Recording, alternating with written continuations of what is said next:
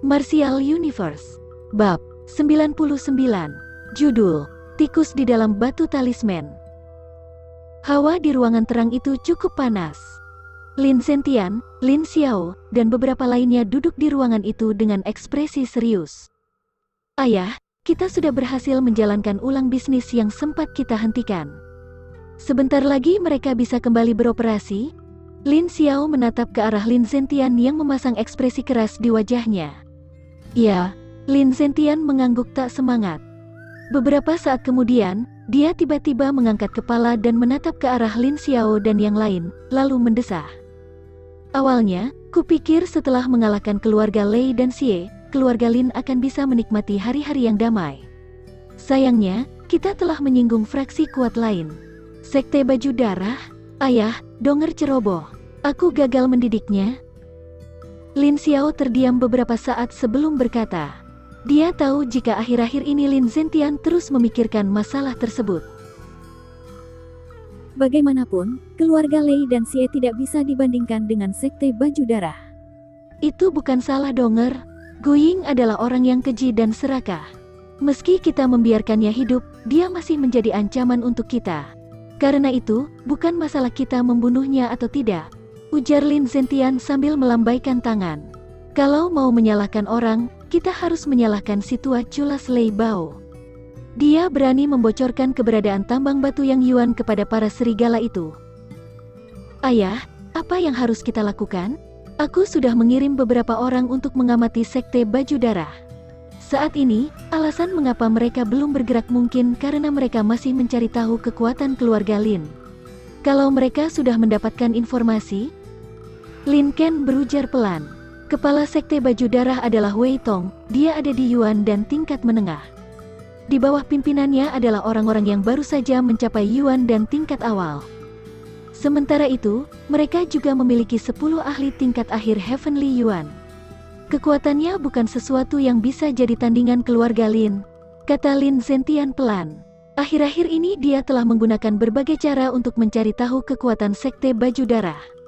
Tetapi, semakin dia tahu, semakin kecemasan di hatinya membesar. Kekuatan Yuan dan tingkat menengah. Mendengar itu, ekspresi Lin Xiao dan yang lainnya berubah. Meski itu adalah satu tingkat di atas Yuan dan tingkat awal, kedua tingkat ini sama sekali tidak bisa dibandingkan.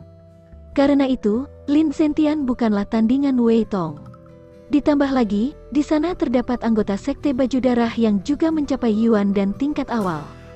Secara garis besar, kekuatan semacam itu telah jauh melampaui keluarga Lei dan Xie. Lin Xiao dan yang lainnya terdiam saat mengetahui tekanan calon musuh mereka. Lin Xiao, untuk saat ini sembunyikan beberapa anggota muda kita secara diam-diam. Jika terjadi sesuatu, garis keturunan keluarga kita tidak akan hilang. Wajah keriput Lin Zentian terlihat lelah. Pria itu pun berkata sambil melambaikan tangan. Mendengarnya, Lin Xiao dan yang lainnya mengeratkan tinju. Di titik ini, mereka harus bersiap dengan hasil terburuk. Tambang batu yang Yuan adalah harta yang sangat berharga. Jika Sekte Baju Darah mengetahui keberadaannya, mereka akan menghalalkan segala cara untuk mengambilnya. Apalagi mereka memiliki alasan yang sempurna. Ujar Lin Zentian sambil tersenyum kecut. Hanya masalah waktu sampai mereka bergerak. Lin Xiao, kau harus ingat, kalau Sekte Baju Darah sungguhan menyerang kita, kau harus melindungi Donger bahkan jika kau harus mempertaruhkan nyawa. Bakatnya sangat luar biasa dan dia pasti menjadi orang hebat di masa depan. Baiklah, sudah malam. Kalian semua harus kembali dan istirahat.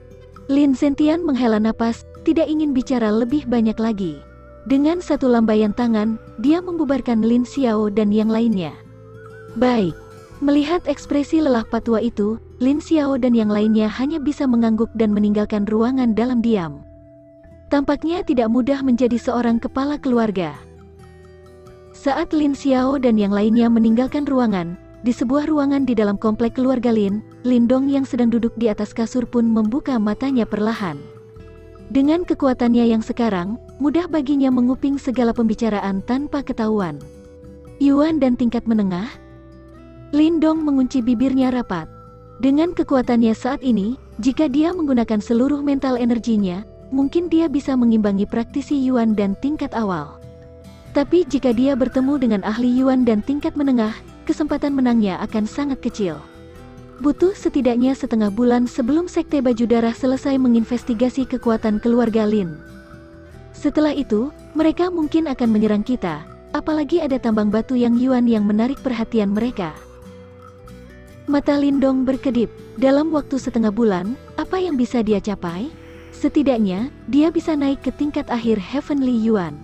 Namun, itu saja belum cukup untuk mengimbangi Wei Tong yang ada di tingkat Yuan dan tingkat menengah. Huff. Lindong menghela napas panjang. Mungkin dia tidak bisa berkembang banyak selama setengah bulan, tapi dia tidak berencana menyerah semudah itu.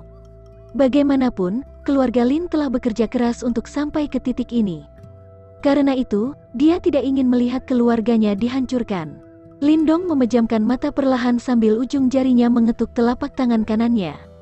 Saat kedua matanya memejam, dunia spiritual yang familiar pun muncul. Saat ini, di dalam dunia spiritual batu talisman terdapat beberapa sosok bercahaya yang sama. Tetapi, sosok bercahaya Wonder Gate Seal kini telah menyempurnakan ilmu bela diri yang belum selesai tersebut. Sekarang, 4 bab Wonder Gate Seal telah sempurna. Berdasar perhitungan Lindong, mungkin bisa mengimbangi ilmu bela diri level 5. Sehingga, selain mental energi, itulah senjata terkuat Lindong. Walaupun dia tidak bisa mengandalkan ilmu itu untuk mengalahkan pemimpin Sekte Baju Darah, Wei Tong, Wonder Gate Seal masih bisa dianggap sebagai salah satu kartu asnya. Lindong berdiri di depan sosok bercahaya. Namun, dia tidak mulai latihan seperti biasanya. Alih-alih dia melihat ke arah tempat gelap di sana dengan tatapan ingin tahu. Lindong yang sekarang telah menguasai mental energi yang cukup kuat. Karena itu, sesuatu yang tak terbayangkan olehnya di masa lalu, kini tak lagi mengejutkannya. Contohnya, Lindong memperkirakan jika dunia spiritual ini mungkin dibangun di dalam batu talisman. Sementara tubuhnya sekarang mungkin bukan tubuh aslinya, melainkan sesuatu yang dibentuk oleh mental energinya. Seiring mental energinya yang tumbuh semakin kuat, Lindong menemukan misteri lain di balik batu talisman. Sehingga membuat Lindong sangat penasaran. Selain bisa menyempurnakan ilmu bela diri dan mengubah ramuan, kemampuan apa saja yang dimiliki oleh batu talisman?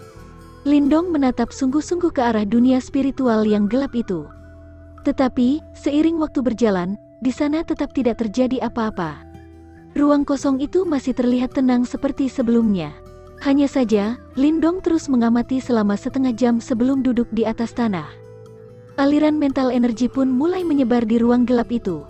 Mental energi Lindong melewati setiap inci ruangan tersebut dengan teliti. Mungkin karena keanehan ruangan itu, Lindong tersadar jika dia telah menggunakan banyak mental energi untuk menyusuri area itu. Hanya dalam 10 menit, Lindong mulai merasakan pandangannya mengabur. Sayangnya, situasi itu tidak menghalangi Lindong. Malah, keberanian dan kegigihan darah mudanya membuat Lindong terus melepaskan mental energi dan terus menyusuri tempat tersebut. Dunia spiritual yang gelap tetap hening sementara mental energi terus menyebar seperti riak air. Huff. Penyusuran itu berlangsung cukup lama. Ekspresi lelah mulai muncul di wajah Lindong. Hanya saja, penyusurannya tidak membuahkan hasil. Sepertinya aku terlalu banyak berpikir. Lindong mengernyitkan alis. Setelah mencari tanpa hasil cukup lama, dia tidak punya pilihan lain selain menyerah. Dia melenyapkan mental energinya dalam sekejap. Saat mental energinya mulai menghilang, terdengar suara hela napas samar di dalam kegelapan. Siapa itu? Suara napas itu nyaris tak terdengar. Tapi sekarang, mata Lindong terbuka lebar sambil melihat ke arah area gelap yang aneh dan berteriak. Saat berteriak, semua rambut di tubuh Lindong berdiri. Tampaknya dia bukan satu-satunya orang di dalam dunia spiritual yang gelap ini.